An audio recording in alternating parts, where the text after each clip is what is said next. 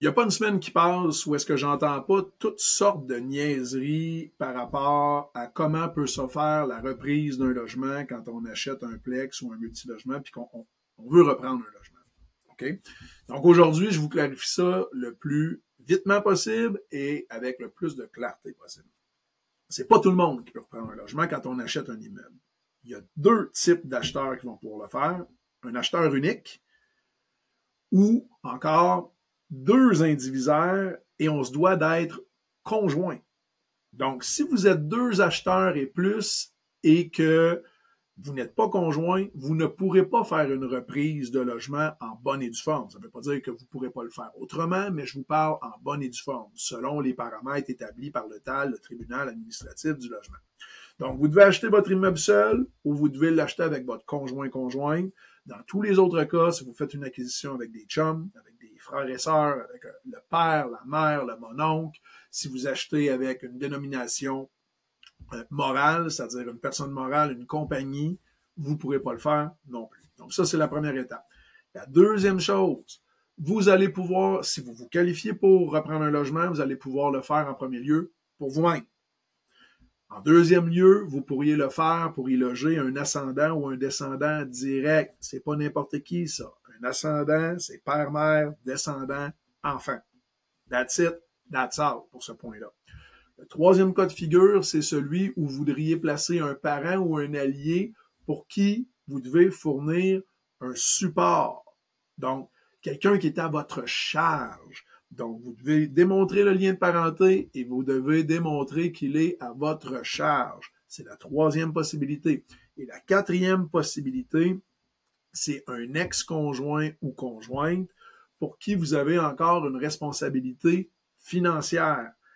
Et conjoint de fait, ex, vous ne vous qualifiez pas. Ça prend la terminaison d'un mariage ou la terminaison d'une union civile.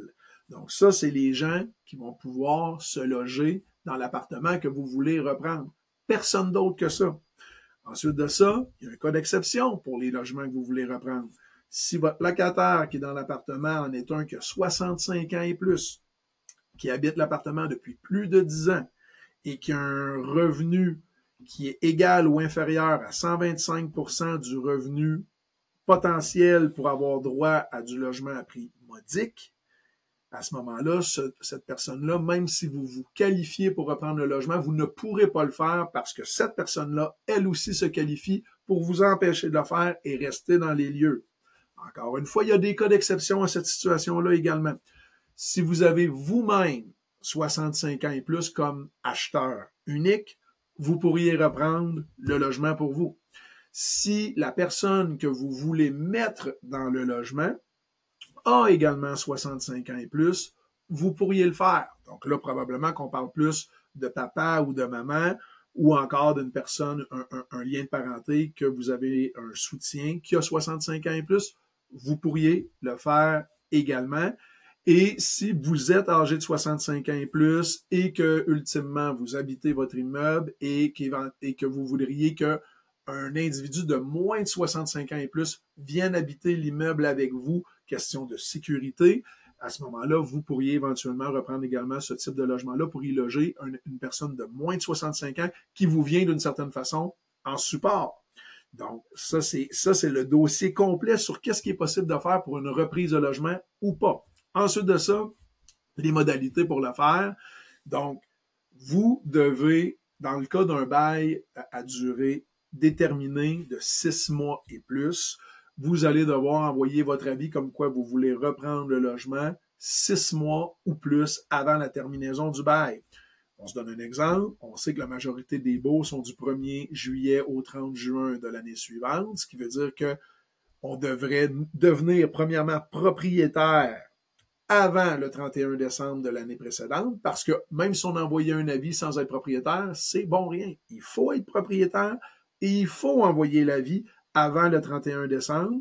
Une fois que l'avis a été envoyé au locataire, celui-ci aura 1 mois pour vous répondre, dire j'accepte de quitter ou je n'accepte pas de quitter. S'il ne vous répondait pas à l'intérieur du mois, c'est l'équivalent d'avoir refusé de quitter.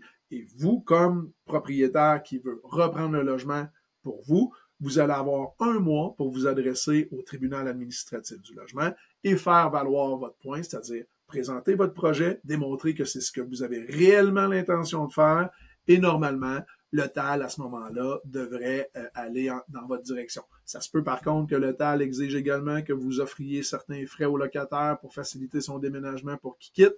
Donc, c'est des choses comme ça-là. Sachez également que si vous aviez gain de cause, vous faites toutes les choses comme il se doit, mais qu'ultimement, vous ne faites pas ce que vous aviez dit que vous alliez faire et que le locataire que vous avez évincé de son logement s'en rendait compte, pourrait revenir contre vous, pourrait s'adresser au TAL et celui-ci pourrait revenir avec des dommages et intérêts plutôt salés à l'endroit de votre locataire que vous devriez lui fournir.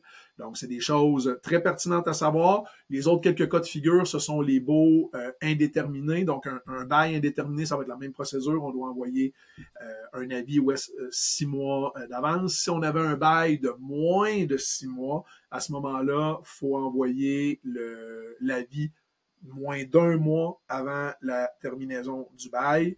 Et la suite des choses est la même, c'est-à-dire que le locataire aura 1 mois pour vous répondre. S'il décidait de ne pas obtempérer, vous auriez 1 mois ensuite de ça pour vous adresser au tribunal administratif du logement. Donc, je pense que c'est un résumé assez exhaustif sur la procédure, le quand, comment, avec qui, pourquoi on pourrait procéder à une reprise de logement. Si vous avez d'autres questions parce que vous avez l'impression que j'ai pas répondu à certains éléments, vous vous gênez pas pour me le faire savoir, je vais vous répondre avec plaisir. Si vous avez d'autres sujets que vous voudriez que j'adresse au cours des jours ou des semaines à venir, vous me le laissez savoir en commentaire et je le ferai également avec grand plaisir. Un grand merci tout le monde. Bye bye.